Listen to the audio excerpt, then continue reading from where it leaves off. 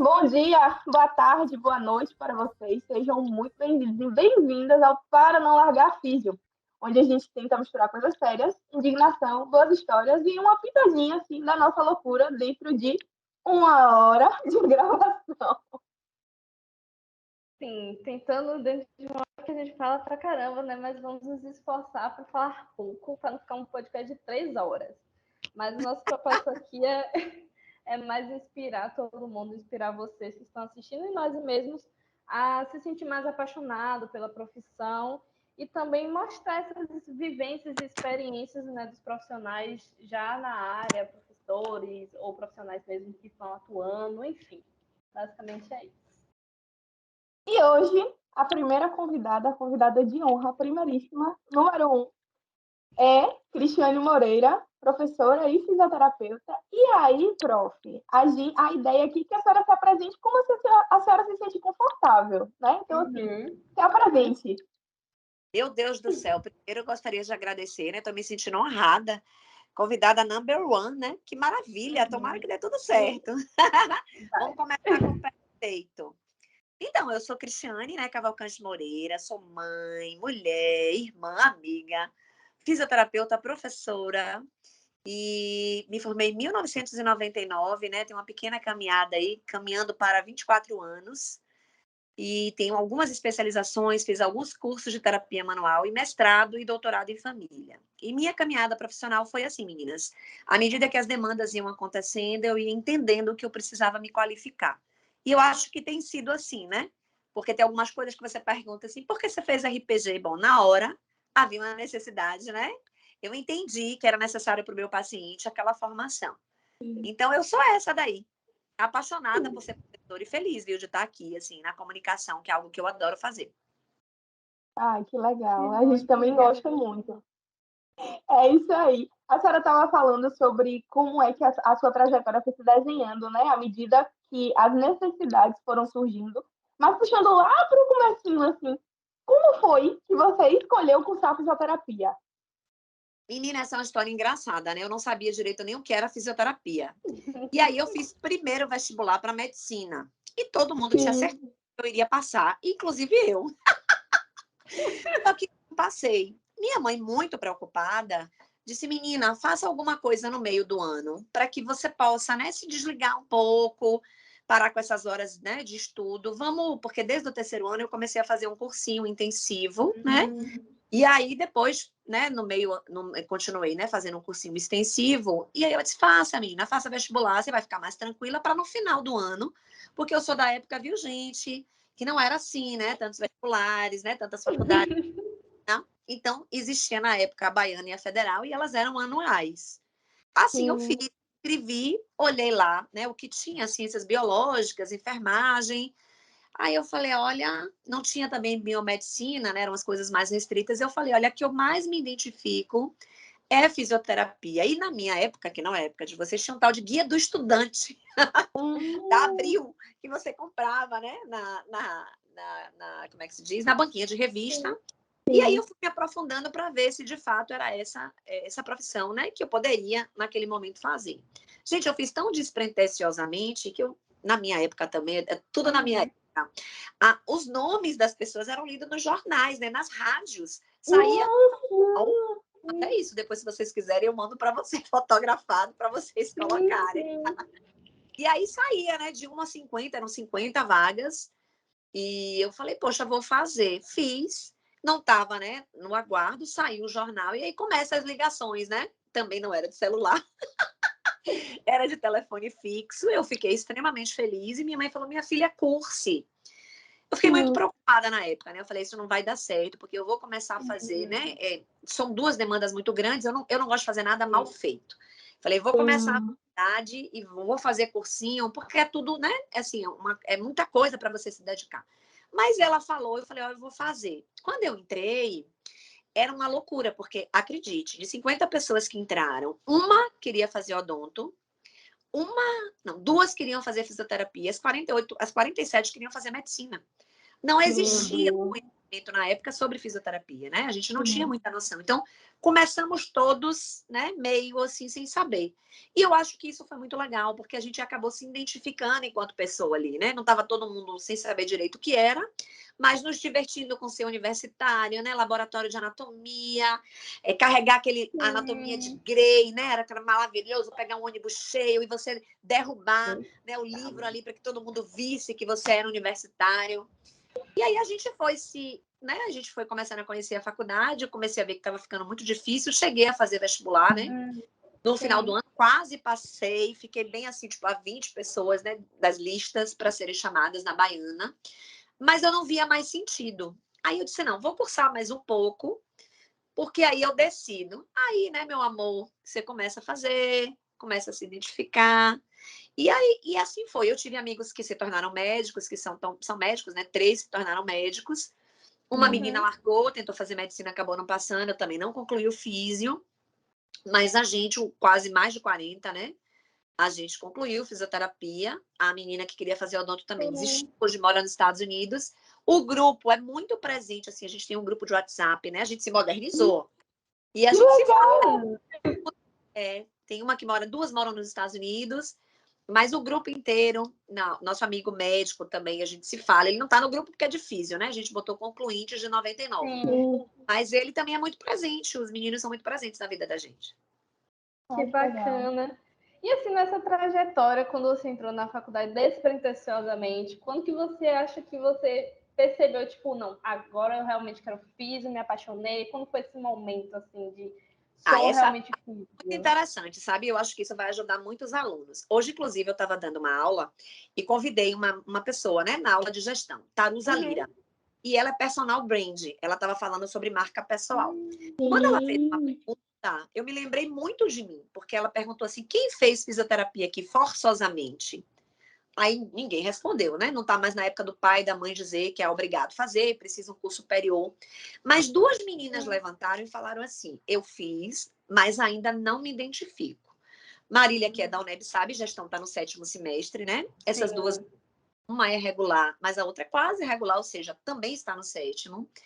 E foi muito interessante, porque uma falou assim, olha, era o que eu tinha do ponto de vista social, né? Então, me parece que ela entrou pelo Enem, alguma coisa assim, e ela disse, eu vou fazer disso o melhor possível, embora eu ainda não me veja, né, no curso. E a outra também disse que se vê em algumas vertentes, mas que o coração ainda não bateu. No meu caso, eu fui até o 5º semestre sem entender direito, né? Tinham muitas técnicas, eu tinha uma ideia muito diferente também da faculdade, que eu acho que é importante que a gente diga aqui, eu acho que a gente romantiza muito a saúde, romantiza muito a faculdade, né? E é um pau danado, vocês sabem disso, quem não tem vida. Com certeza. Almoça na faculdade, lancha na faculdade, às vezes não lancha porque não tem grana, né? E, de repente, você tá ali, aula que acabava às 11, a outra começava às 4, né? Eu estudava em Pituaçu. Pituaçu, gente, era como se fosse Feira de Santana, né? Era a longevidade ali, né? Quase para chegar em Pituaçu parecia uma carroça. Então, eu tinha algumas dificuldades e eu demorei para meu coração bater, até chegar na disciplina de fisioterapia neurológica, que eu contei, eu disse, olha, a vida, né? Porque na minha perspectiva, muito limitada na época, eu tinha a impressão de que fisioterapia era muito ligado só ao ortotrauma. E eu achava tudo ali muito repetitivo, mecânico, era a minha visão limitada, né? E mesmo os professores brilhantes, eu tive, né, assim, a professora Giovana hoje trabalha comigo também, e com aquele mesmo entusiasmo, mesma felicidade, eu não sei como é que ela arranja tanta energia. Mas eu dizia, meu Deus, será que físio é só isso? E de fato, né, gente, minha época é um pouco diferente da de vocês. A gente tinha uma outra saúde coletiva, a gente tinha uma outra gestão. E nessa disciplina especificamente, eu comecei falei, olha, porque qual era a minha ideia? Eu queria ser, gente, médica pediatra. Olha, nunca, não seria. Porque a gente também romantiza muito a profissão, né? Com 17 anos, gente, a gente não tem noção. Hoje tem total tranquilidade de que a gente não é capaz de escolher bem, né? Claro, algumas pessoas se identificam e ficam ali, mas eu acho muito precoce, imaturo, a gente poder dizer assim, com 17 anos, eu vou ser médica, eu vou ser fisioterapeuta, eu vou ser enfermeira, principalmente no nosso país, assim, que a saúde precisa ainda de algumas questões de políticas públicas, né, de um amparo social, às vezes social e econômico. Então, eu comecei ali no 5º, no 6º semestre a despertar tá? Para uma outra realidade. Quero dizer a vocês que eu não se fosse na medicina, se também seria, né, diferente. Talvez eu os mesmos percalços, né? Aquele abrilhantamento, aquele olhinho brilhando de ser universitária, mas um pouco assim, caindo na real de fato do que é ser universitária, né? Com certeza. Entendi. E falando sobre o que é ser universitária, que tipo de universitária era a senhora? Eu sempre fui muito dedicada, né? Porque o que que acontecia? Eu vim de família pobre. Eu vou contar isso aqui, né? Eu passava um semestre dentro do outro. Eu tinha muitas dificuldades, minha mãe, né? Tinha muitas dificuldades de pagar.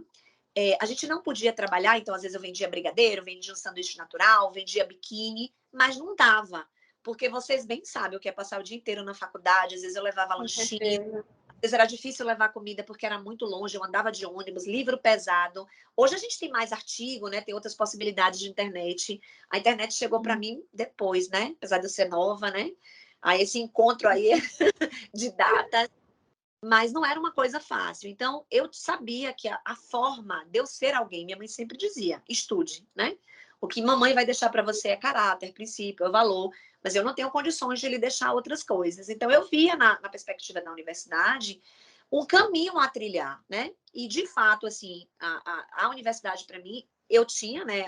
A gente tinha nossos encontros, porque é muito legal ser universitário sobre todas as formas, mas, assim, por exemplo, tinha um Enefísio, eu não tinha condições de ir, porque tinha que bancar, mesmo com o ônibus da faculdade, né? Então, eu tinha que estudar, e aquele outro momento eu estava em casa, né? Ou quando a gente se encontrava, porque tem também a galera rica, graças a Deus, na turma, né?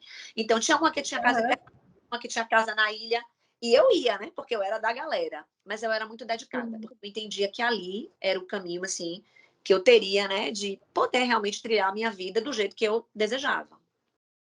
Sim, a gente vê muito nas universidades isso, né? As pessoas ali lutando justamente para essa sobrevivência dentro do ambiente. A gente vê ainda mais numa universidade pública, né, que tem as suas facilidades com relação a outras universidades particulares, mas isso acaba sendo algo muito presente. E eu acho que isso acaba trazendo também uma persistência muito grande enquanto indivíduo que vai aprendendo a desenvolver essas habilidades e passar por vários percalços sem nunca se entristecer ou pelo menos se deixar abater e acabar regredindo nessa caminhada, né? Eu acho que isso também é uma característica muito importante para um professor, para um docente, né? Que é se manter em constante busca pelo conhecimento e enfrentando aí todos os semestres uma turma diferente. E aí eu queria saber para você, assim, quando que você pensou que não, eu quero ser docente, para mim vai ser, não sei se chegou a ter essa questão de minha vocação ser docente, ou se foi só um desejo que surgiu no sentido de experimentar uma coisa nova. Como é que aconteceu isso?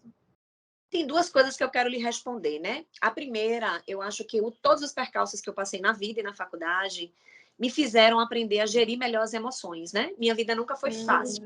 Então, para mim, não é difícil ter uma frustração. Então, não era andar de ônibus, né? Era acordar mais cedo, era às vezes pedir carona e nem todo mundo na época, né, da faculdade te dava carona, então às vezes você mofava lá no ponto de ônibus. Essas coisas me fizeram, né, amadurecer. Então, quem é universitário e não vem de uma família tradicional ou que tem a grana sabe, né, que precisa acordar muito cedo para chegar na faculdade 7 horas.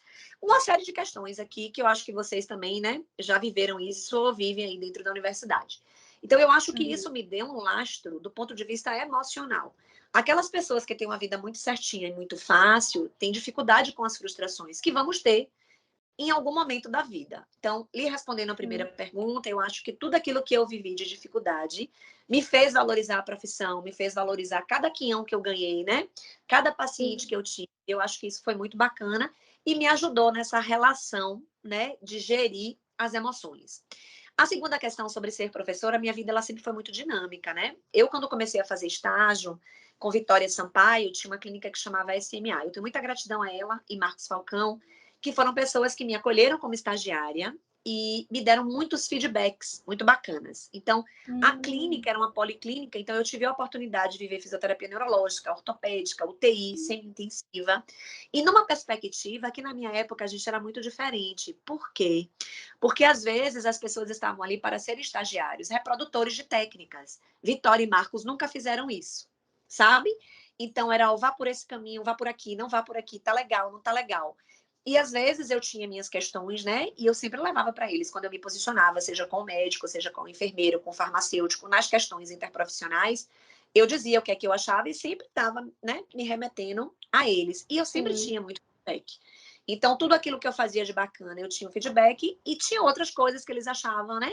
Vamos por aqui. Acho que esse caminho, né, que a gente não, a gente vai amadurecendo aos poucos.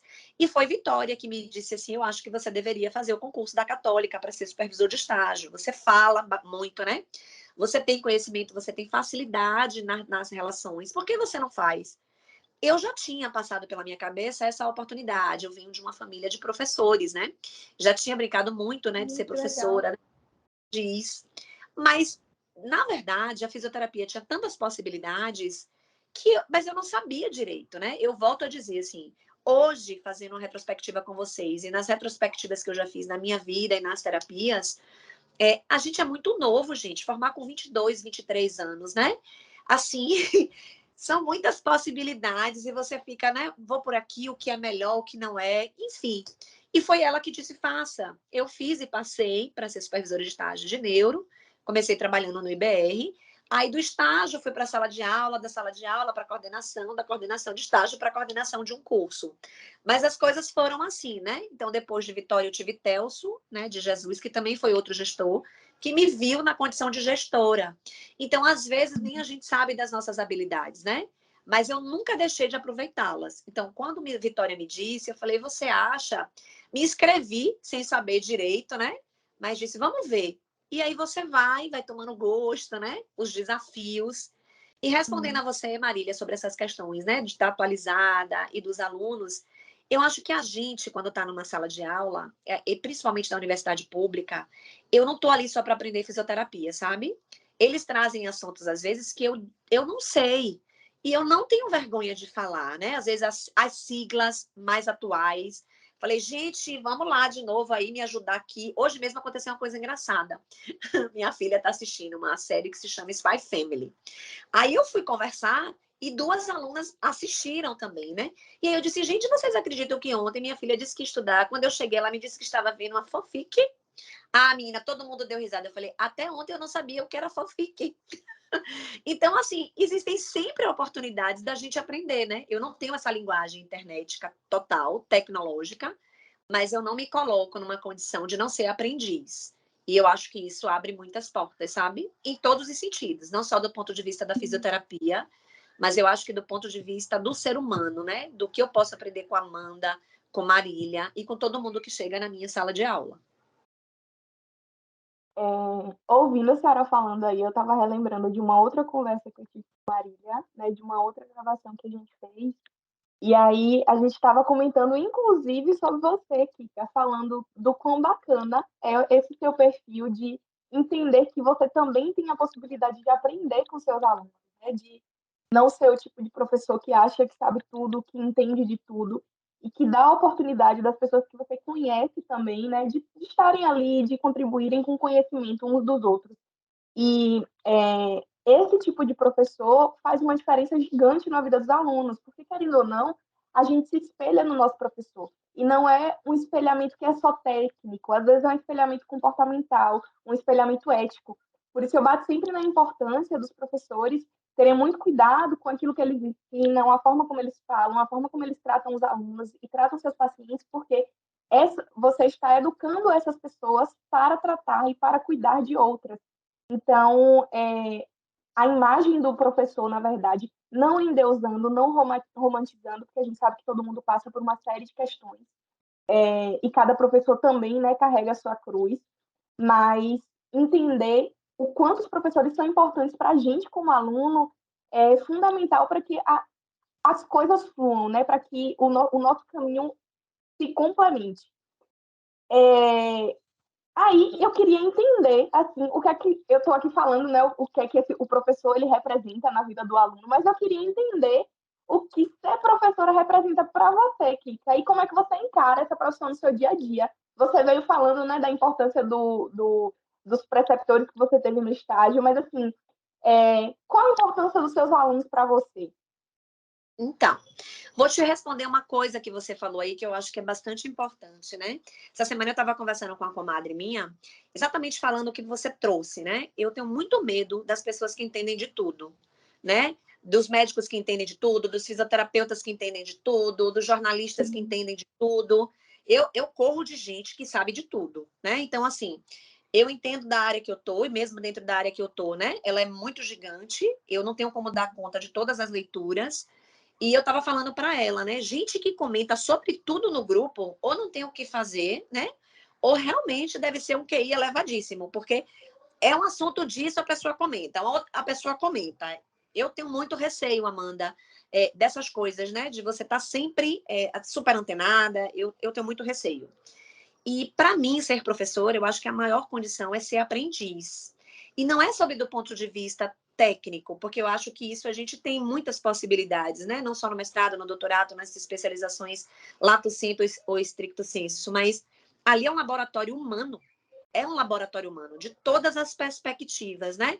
Então, eu tenho gente de vários lugares, eu tenho gente na UNEB, por exemplo, de outros estados, eu tenho gente de comunidades quilombolas, comunidades indígenas, né? E eu tenho pessoas negras, eu gosto de ouvir, né? Essa semana eu estava andando pela UNEB, tem um menino que é índio, e eu falei, meu Deus, que riqueza, né? A gente tem aqui várias possibilidades. E, obviamente, que se eu tiver, né, um índio dentro da minha sala, olha só, né, de poder compreender, entender como é que funciona. Eu estudei isso há tão pouco tempo e numa outra perspectiva que não é a atual, né? Porque todo mundo evolui. Então, para mim, a sala de aula é um laboratório de aprendizagem do ponto de vista humano e também técnico, porque a gente troca, né? Então, agora eu estou com monitores, né? E aí os meninos trazem ideias, às vezes eu combato, aí eles mostram o ponto de vista deles, eu digo, é mesmo, né? Pode ser por aqui. Então, eu acho que é um verdadeiro laboratório quando a gente está aberto a isso. E trazendo uma outra coisa que você trouxe, eu acho que nós, professores, também estamos nos reconstruindo.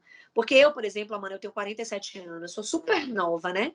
Mas eu me lembro que eu estudei na escola que tinha um tablado.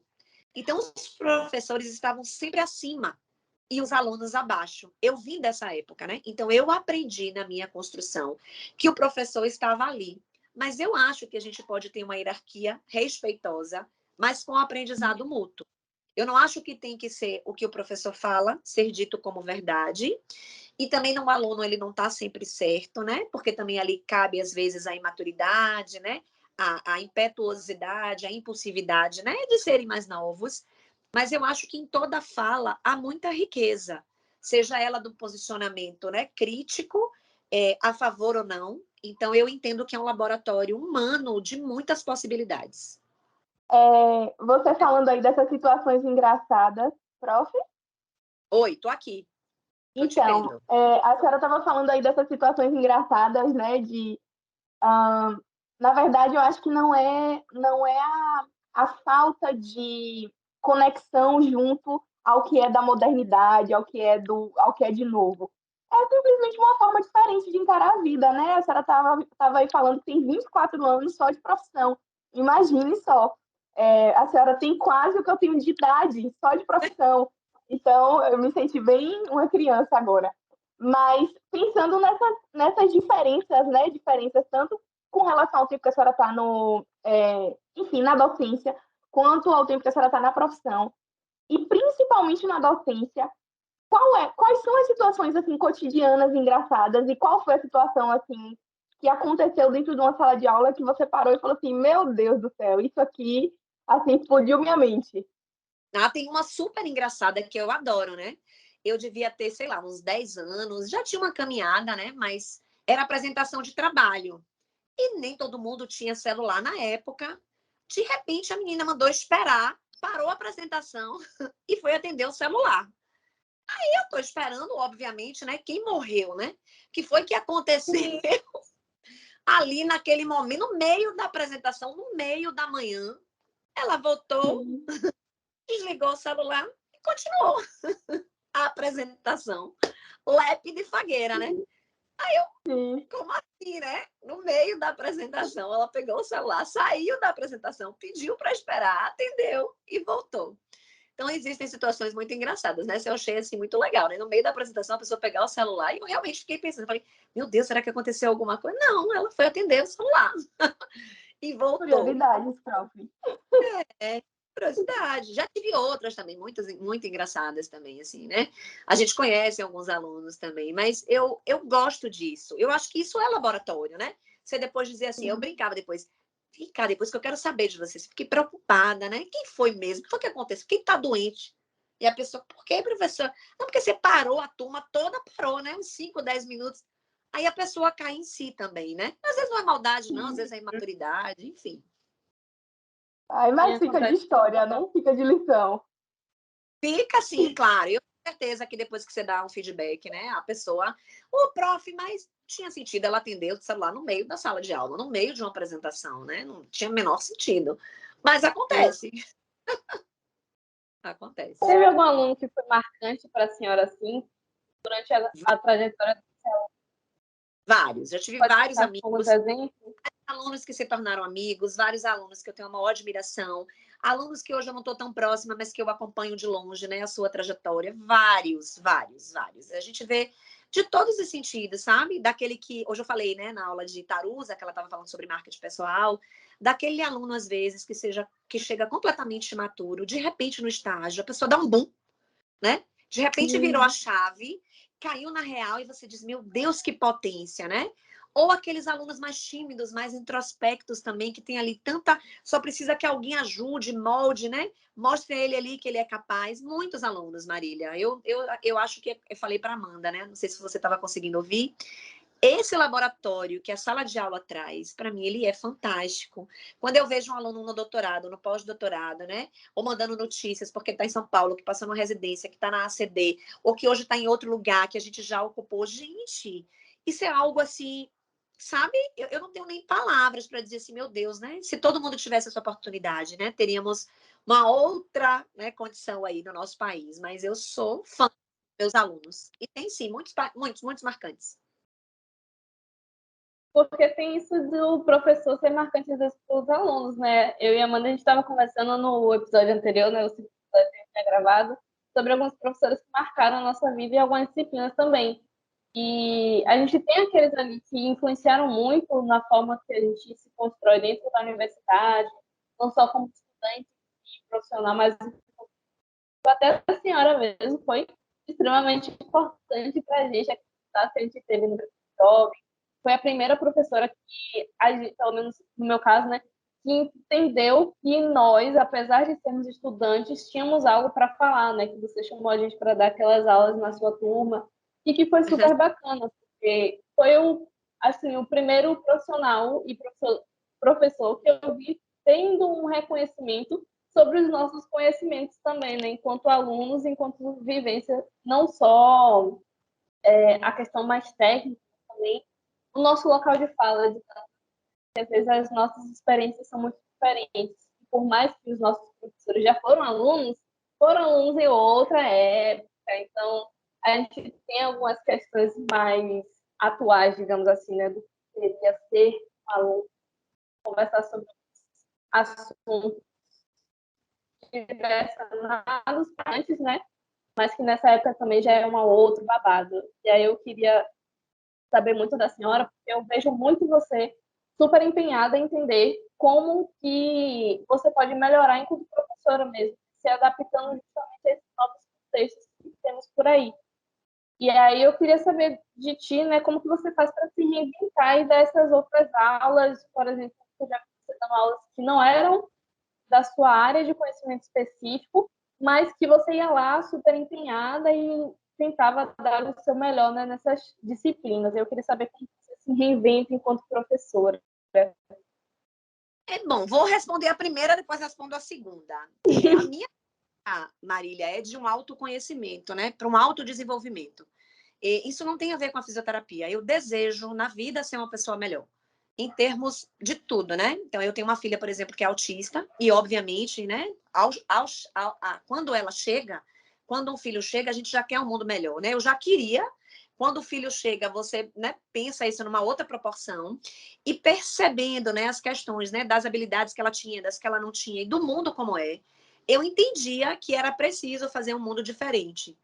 Então, há uma busca, sempre houve, né? Minha mãe também sempre falou muito sobre isso, né? Não em termos de religiosidade, mas de que a gente vinha ao mundo para servir, para contribuir, né? Já tinha muita gente crítica, e que se eu fosse criticar, que eu criticasse para melhorar, né? Mostrando que o outro era capaz de transformar aquilo. Então, não tem a ver com a físio, né? Isso é uma coisa minha mesmo. Eu desejo sempre ser melhor, e cada crítica que eu recebo, cada comentário, é claro que tem coisas hoje que eu descarto, né? Eu cheguei no nível de maturidade que nem tudo me toca, né? Eu já tive críticas muito duras, inclusive ao meu próprio comportamento, que eu era muito engraçada, como é que eu ia ser uma fisioterapeuta assim tão engraçada, né? Muito alegre. E hoje eu agradeço a Deus de transformar tudo um pouco como poliana, né? De dizer que se a gente for, né? Já pensou na sala de aula carrancuda, triste, né? E não tiver, né? E nesse momento de tanto adoecimento, tantas coisas que a gente tem na fisioterapia, não trazer também, né? Para isso, um momento, né? Que seja mais lúdico. Então, a primeira resposta é uma busca pessoal, né? Eu hoje, né? Como há muito tempo e cada dia mais, eu acho que a gente precisa se desenvolver. É importante para mim me desenvolver para o mundo, para a minha vida, para meu marido, para meus alunos e ser uma pessoa melhor. E segundo, que eu acho que assim, o que faz a vida profissional ela ser maravilhosa são os desafios, né? É óbvio que muitas vezes eu morro de medo, eu vou com medo, né? Eu tenho essa característica.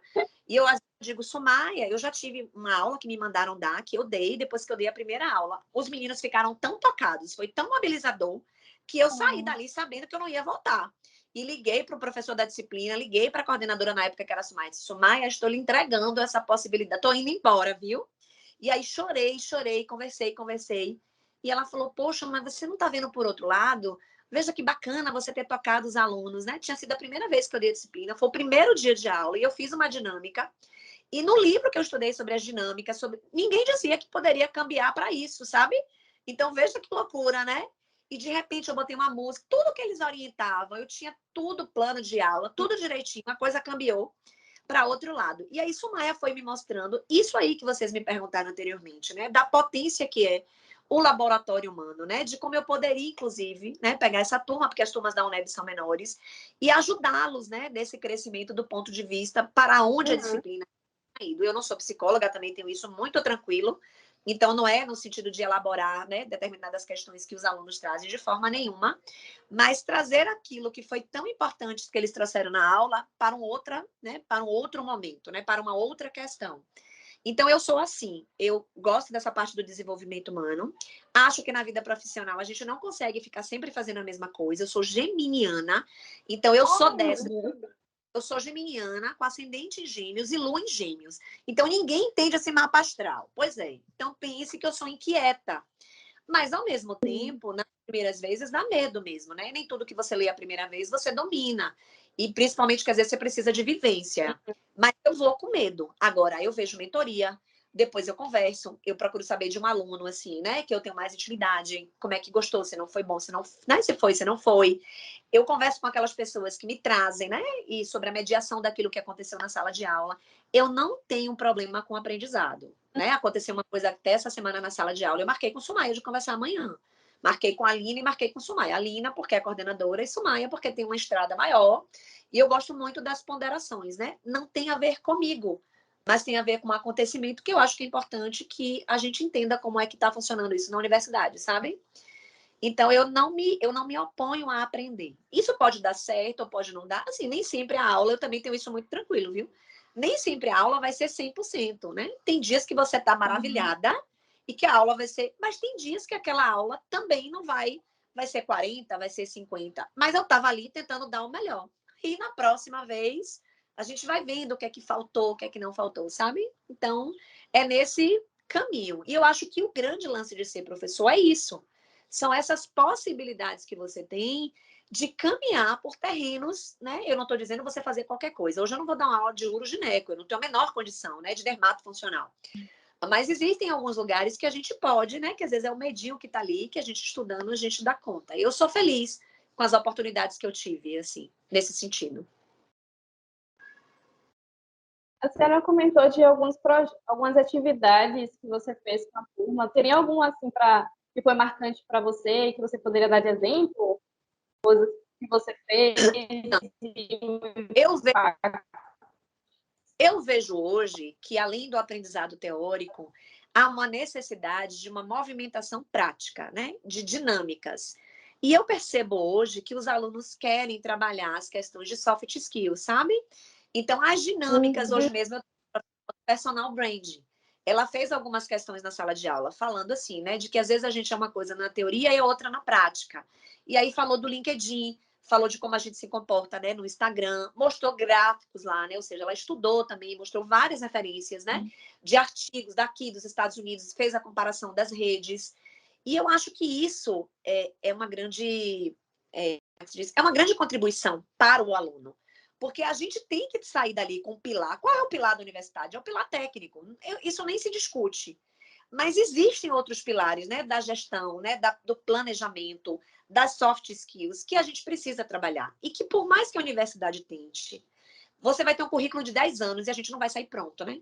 Então, a gente precisa, dentro das discussões de caso clínico, das dinâmicas que cabem na disciplina, trazer essas nuances. E eu percebo, Marília e Amanda, que hoje o aluno está mais aberto para isso. Porque na minha época era tudo muito assim, né? Depois a onda de fisioterapia baseada em evidência. E tem que ser, porque o nosso pilar é conhecimento técnico. Pode ter só isso. Então, a gente tem que ir ali, né? A gente sabe, né? Vocês estão aí já quase no mundo do trabalho. Como paciente, como a família, não precisa somente de um marcador lá que está no artigo, né? Como é que eu vou dizer ali, né, que as coisas estão acontecendo? Que forma eu vou poder contribuir para aquela família? Como é que eu vou orientar uma órtese, né? A forma de mudar a casa para ter uma acessibilidade melhor, orientar o cuidador. Então, não é só um conhecimento técnico, né? Eu posso ferir o paciente, eu posso ferir uma família se eu não tiver esse fino trato. Então, eu entendo mesmo que a gente precisa de todas essas habilidades. Essas relações interpessoais, como você lidar, na verdade, com as relações interpessoais. Eu, pelo menos, não conheço nenhuma graduação que ensine, né? Posso ser que exista, mas o que eu estou falando aqui eu não conheço.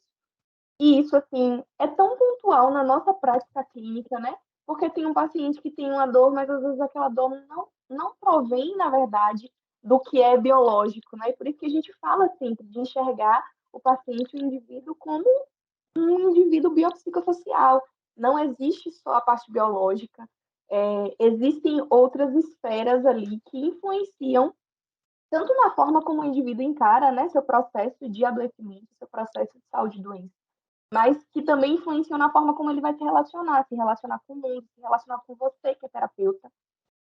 E falando sobre essas relações interpessoais e como é que elas modificam, na verdade, né, a nossa forma de ver o mundo, a nossa forma de nos relacionar com os nossos pares, a nossa forma de nos relacionar com a nossa família, a nossa forma de estar no mundo enquanto profissional. Eu queria perguntar para você, Kika, como foi, né, a vinda dessa filha? Você comentou sobre ela um pouquinho. Como foi a vinda dela? O que é que ela mudou para você? É, nessa esfera profissional e perguntar se você é professora da sua filha. Vou falar duas coisas aí, vou te responder tudo. E se você achar que precisa de mais alguma coisa, eu complemento. Bom, a primeira coisa é que eu acho que temos que estar abertos às relações interpessoais, mas hoje eu falei isso na aula, inclusive, né? A aula era paciente e família.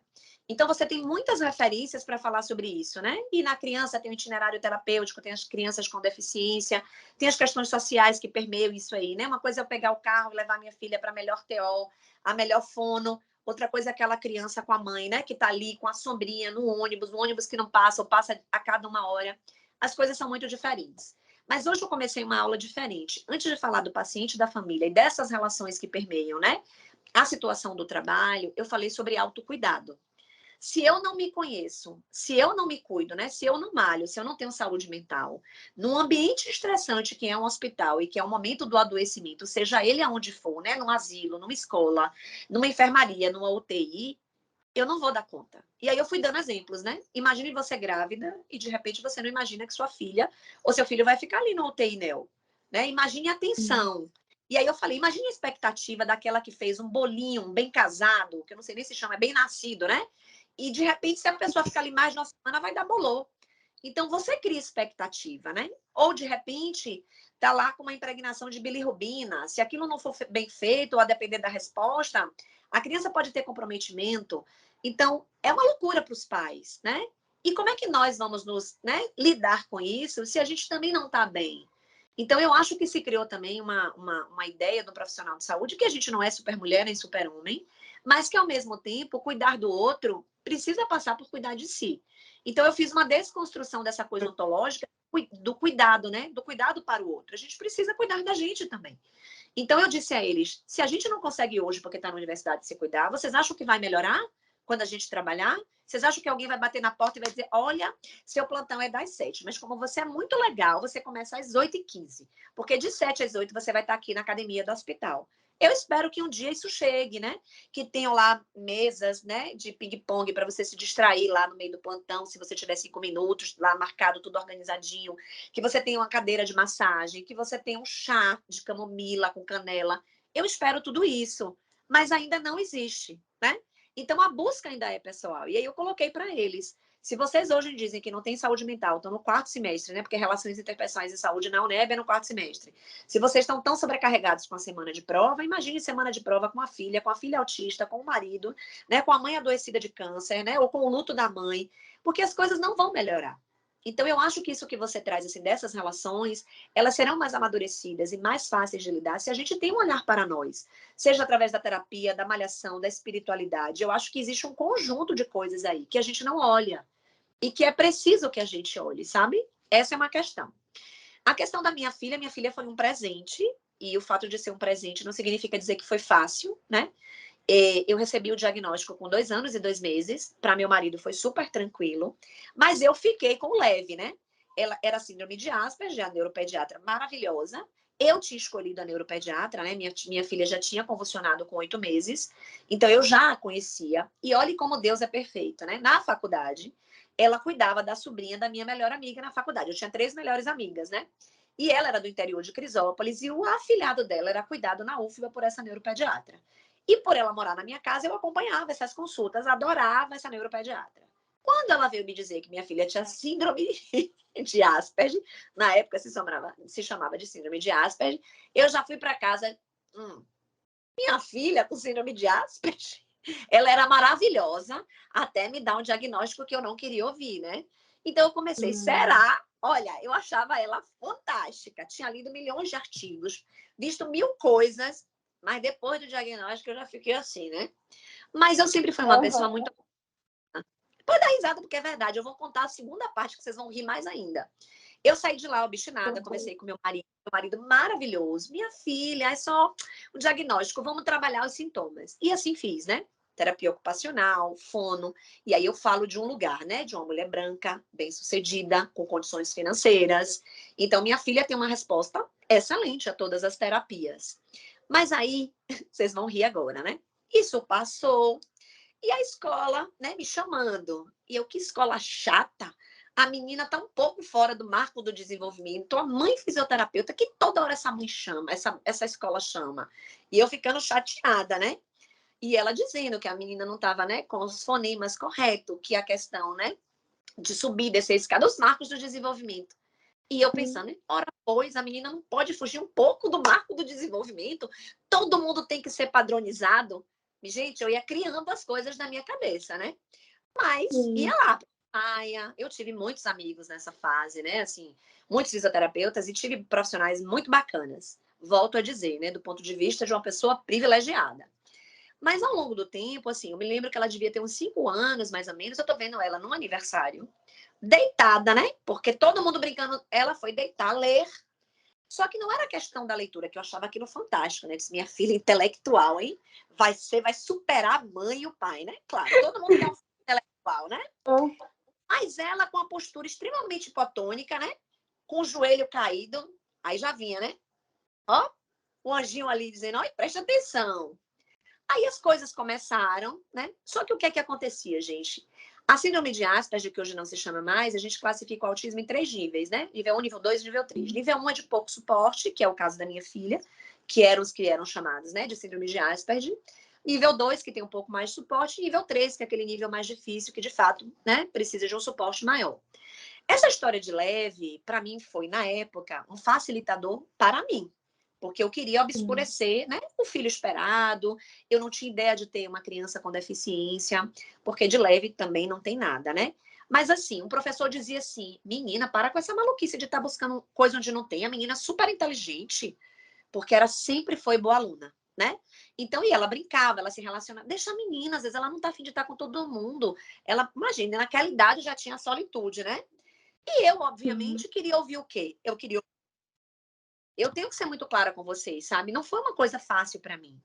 Mas, ao mesmo tempo, sempre fazendo todos os tratamentos. Quando ela tinha mais ou menos 11 anos, os psicólogos que ouvirem isso, né? Meu luto foi bem estendido. Eu resolvi chegar para a pediatra, a neuropediatra, e dizer que ia encerrar o tratamento. Falei, minha filha está ótima, vamos terminar, né? Que nada, todo dia. Já estava no acompanhamento uma vez por ano, né? Porque ela chegou a tomar uma medicação, a gente viu que a medicação não tinha sentido e a gente, né, tirou a medicação. Eu falo a gente porque eu sempre muito prestando atenção, né? Relatório da Sim. escola, vendo se estava tendo alguma diferença na nota ou no comportamento. Então, eu sempre chegava para a neuropediatra e dizia, que eu até quero agradecer aqui a doutora Nayara Argolo, que é maravilhosa, e eu sempre dizia a ela sempre escutava, e a gente chegava a um denominador comum. E aí ela foi desmedicalizada, né? Desmamada lá da Sim. medicação. E foi muito interessante, porque quando eu fui falar com ela, foi nesse dia eu fui e falei, olha, doutora, não tô vendo mais sentido, tá vindo aqui, Vitória tá ótima. E, assim, ela, maravilhosa, eu já tinha conversado com a Vitória, né? Porque depois de uma determinada idade, eu não vou saber precisar. Primeiro se conversa com o paciente, depois com a mãe. Aí ela me olhou assim, tipo assim, essa mãe tá piradex, né? Aí ela, mas agora, na adolescência, que é uma fase difícil, né? Que eles andam em bandos, tem uma fase maior da exclusão. E sua filha, né? Nessa condição do transtorno. Aí eu, transtorno? Que transtorno?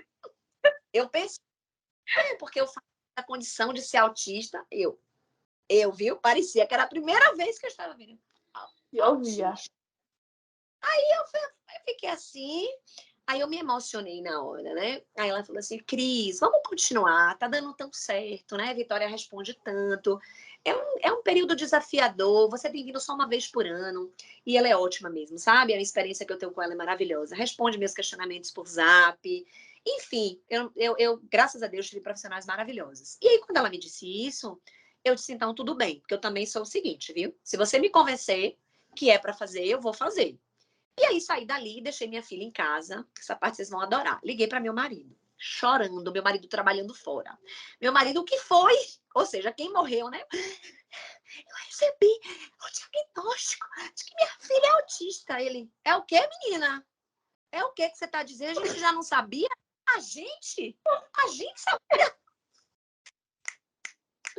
E ele, ó, tranquilidade. Vamos continuar trabalhando os sintomas. Ela responde tão bem. E nesse momento, meninas, eu vou te dizer, minha filha vai fazer 14 anos, né? Eu recebi com 2 anos e pouco. Com 11 anos, eu entendi que eu precisava olhar, né? Com um olhar mais amadurecido. E aí eu tô falando como alguém que teve acesso ao conhecimento, estudava muito, estudava família, mas foi doído. Eu tô falando como mãe, sabe? Porque como profissional, a gente dá tantos, né? Conversa ali sobre diagnóstico, acha que é fácil. Olha, Deus tá ali capacitando. Ainda tem isso, né? Às vezes a gente mete ali. Aí depois eu disse, meu Deus. Aí eu olhei Sim. para mim. E no ano passado, na disciplina de professora Juliana Freitas, que é uma amiga pessoal também, eu consegui falar sobre ser mãe atípica. Foi a primeira vez. Ou seja, minha filha com 13 anos. Então, psicólogos, para quem estuda nesse luto aí estendido, né? Que quanto tempo dura o luto? 2 anos, 3 anos, meu durou 12, 11. Mas eu tô sendo sincera com vocês, né? Para dizer que o fato de ter Sim. conhecimento, isso não é diferente do ponto de vista emocional, né? Do ponto de vista da dor que aquilo também lhe causa, né? Do filho esperado, da maternagem. Mas é isso. Ela veio e eu hoje consigo olhar, né? Do ponto de vista melhor, porque eu me aprofundo nas questões, eu trabalho na escola para que outras crianças tenham acesso melhor, né? Mesmo sendo uma escola particular. E eu estou trabalhando para que a gente possa ter um mundo melhor, né, mais acessível a essas crianças que têm um espectro aí tão, né, diferente e cada um é um. Poxa, bacana aqui que ouve sua história. E aí a gente vai percebendo o quanto a gente vai se moldando também enquanto profissional, né? Talvez, se você não tivesse passado por essa situação, por esse processo de luto, a forma como você encararia, né, essas demandas de crianças atípicas fosse extremamente diferente do que é hoje. Então, é muito importante assim, salientar, e por isso que a ideia do podcast é basicamente isso, é mostrar essas histórias, sabe? Como as nossas histórias, as nossas experiências influenciam em como a gente é enquanto profissional também, porque uma coisa não está desgarrada de forma nenhuma da outra. Às vezes você acha que você botou ali o jalequinho branco, foi para sua clínica atender, você se vestiu de outra pessoa, você se vestiu de um personagem. E não é assim que funciona. Você está ali inteiro com as suas crenças, com a forma de você enxergar o mundo, a forma de você lidar com as pessoas. Aquilo está presente também em você enquanto profissional, né? E eu vou te dizer assim, sabe, Amanda, que é muito verdadeiro, né? Eu sempre me achei uma profissional muito acolhedora, mas falar sobre o outro, sobre a teoria, é fácil. Então, hoje eu sou uma outra profissional do ponto de vista que eu vejo que não tem nada leve, mesmo sendo alguém que fala de um lugar privilegiado. Então, de fato, né, viver as dificuldades, né, ver o olhar do outro no aniversário, ver um comentário aqui, um comentário ali, ver as próprias dificuldades dela e as minhas dificuldades aqui, ó. Eu vou falar para vocês. Minha filha disse assim: "Eu quero um crachá". Eu disse: "Para que você quer crachá?" "Eu quero um crachá dizendo que eu sou autista". Eu disse: "Para que vai ser ativista?" Eu pensando, né? Ela não me. Olha a resposta dela: "Não, minha mãe, é porque eu sou muito leve e eu posso requerer direitos e a pessoa não entender. E eu estarei ali com o crachá".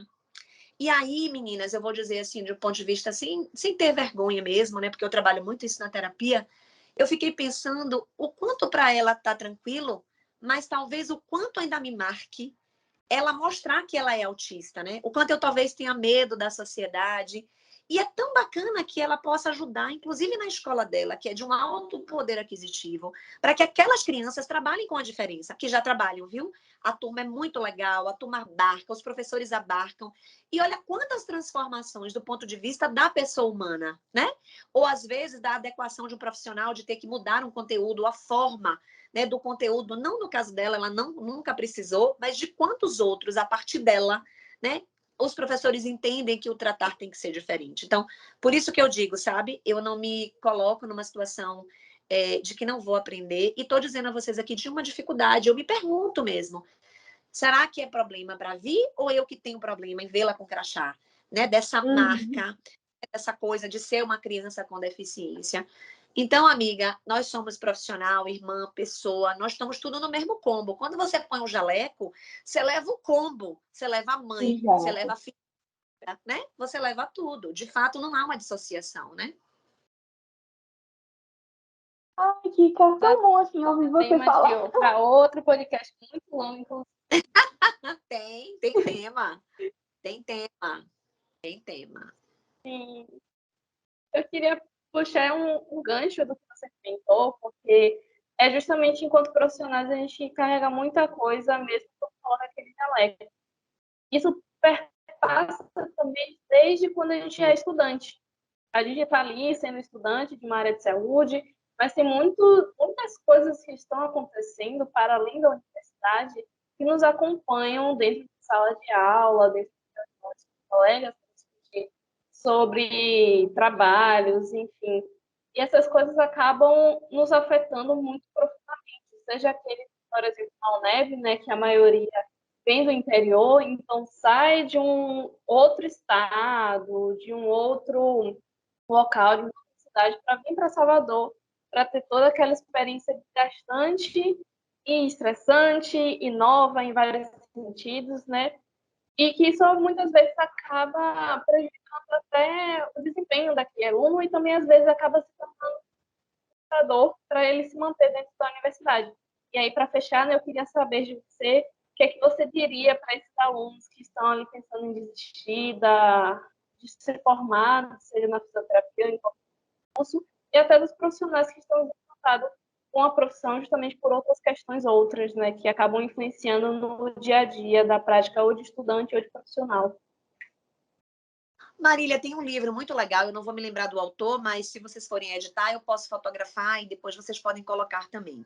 Ele é um livro que fala sobre, né? Na verdade, então é um outro lugar muito diferente do nosso, do ponto de vista, inclusive, né, social e econômico, mas ele faz um contraponto muito interessante, né? A gente sai de um ensino tutelado, que é até o 3º ano, e a gente vai para um lugar de completa autonomia. Ninguém pode sair de um lugar extremamente tutelado, né, que os pais estão ali, que os pais vão buscar, que os pais, né, a maioria, né, bancam, estão ali em contato com o porteiro, com os professores, para um lugar que simplesmente o aluno é protagonista da sua própria história. Eu não estou dizendo que isso não possa acontecer, mas deveria haver ali um hiato entre você sair de algo completamente protegido para um lugar que é aquela universidade cheia de campo, né? Cheia de campus, DCV1, DCV2, uma secretaria num lugar, uma secretaria no outro, e que ninguém nos explica de como funciona. Isso não é só na UNEB, né? Isso foi na Universidade Católica, isso deve acontecer na Baiana, mas nós precisamos melhorar o processo. Depois que eu li esse livro, né, que foi parte do meu doutorado, eu compreendi que o fato de ser professora do 1º semestre há já uma tentativa, né, de acolhimento, e eu vejo também no nosso colegiado uma tentativa da gente ir modificando isso aos poucos, mas é uma coisa estrutural. A gente, de fato, sai de um lugar, né, que é muito tutelado mesmo, para um lugar universal, que é a própria universidade. Então, eu acho que tem duas coisas aí, né? Uma que é uma preparação, que às vezes não acontece, né, do ponto de vista familiar, desse preparo. Também que você vai dar uma liberdade vigiada, no sentido de vez em quando, vir do interior ver os filhos, mandar aquela comidinha caseira que tem cheiro de, né, de interior ou da casa.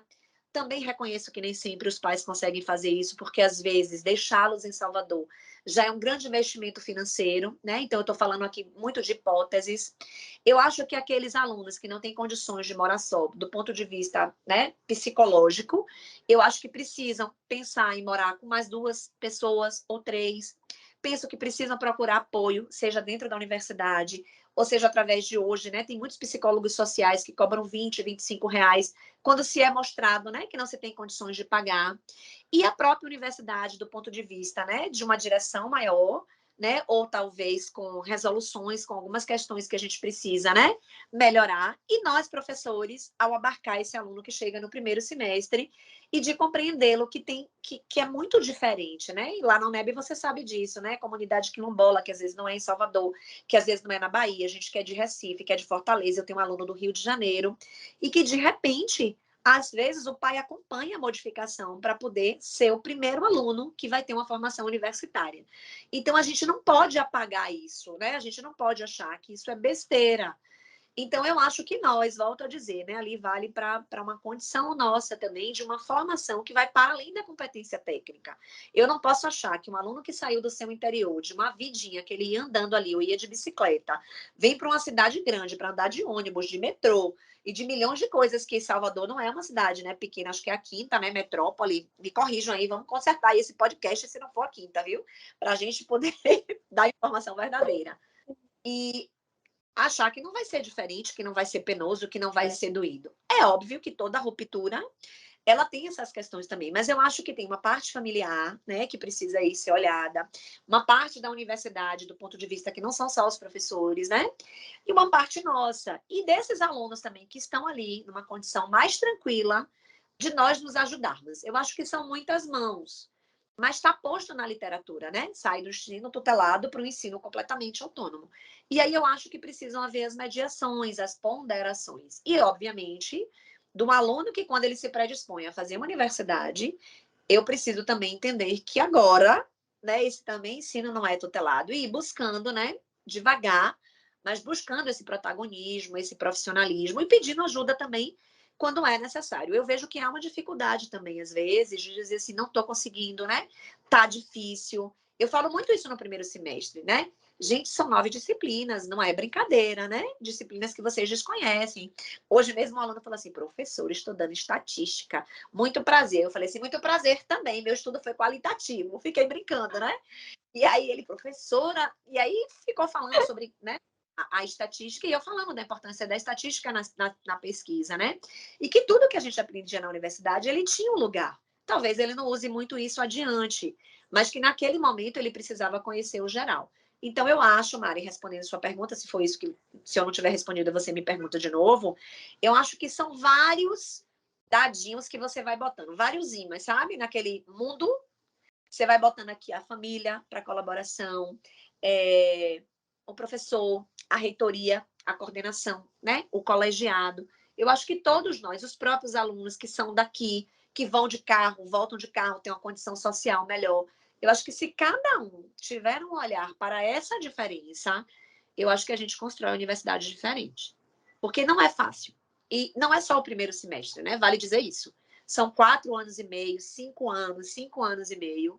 E aí tem muitas coisas também que eu sempre digo, né?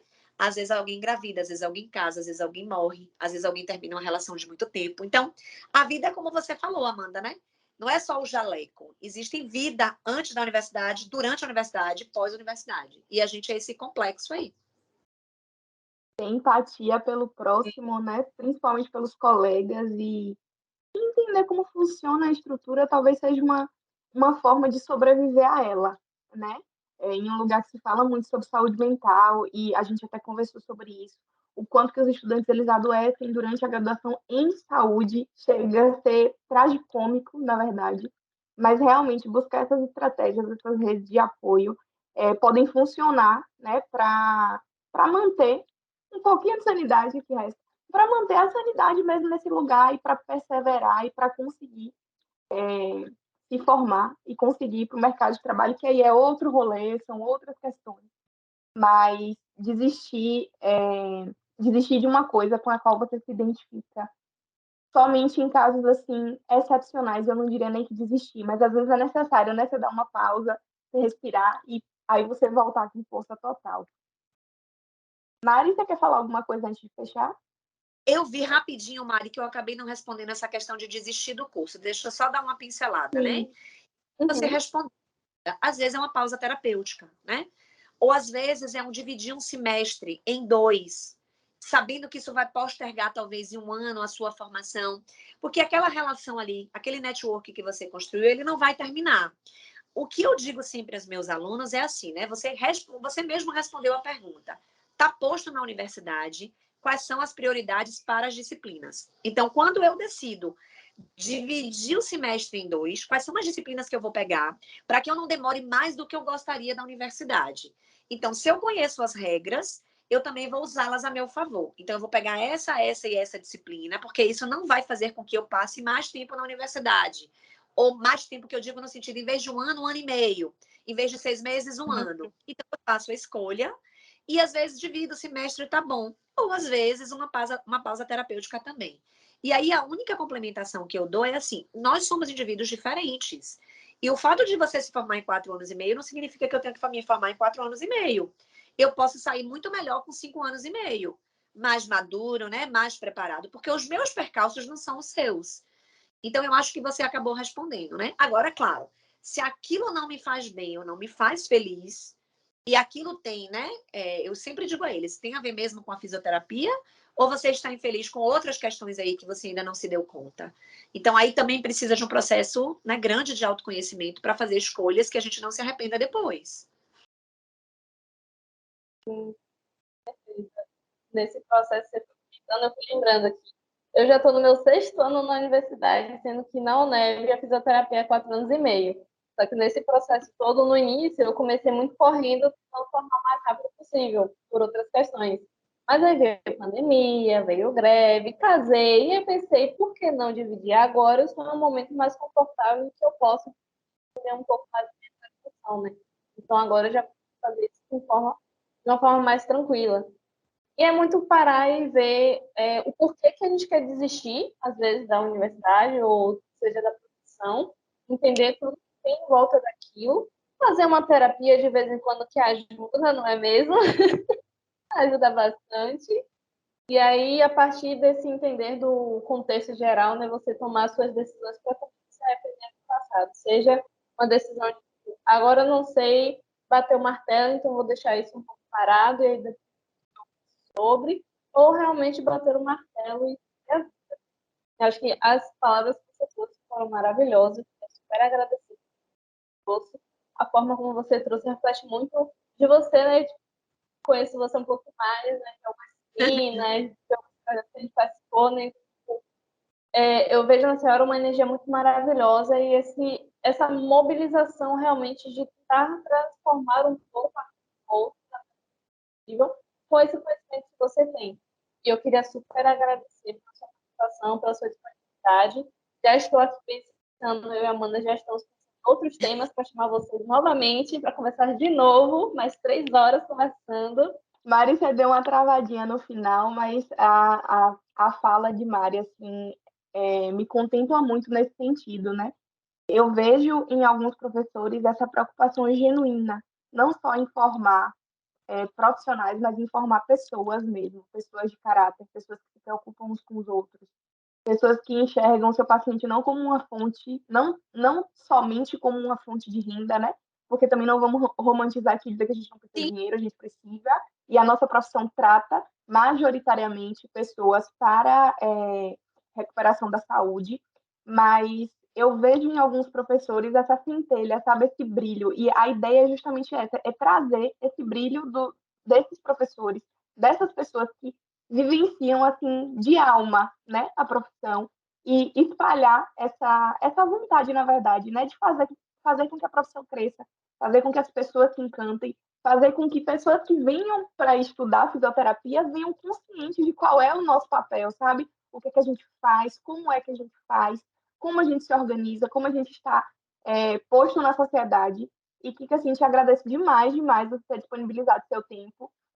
Eu imagino que você tenha, né, 300 coisas para fazer, mãe, mulher, esposa, e tem uma série de questões, mas assim, muito, muito obrigada por sua participação.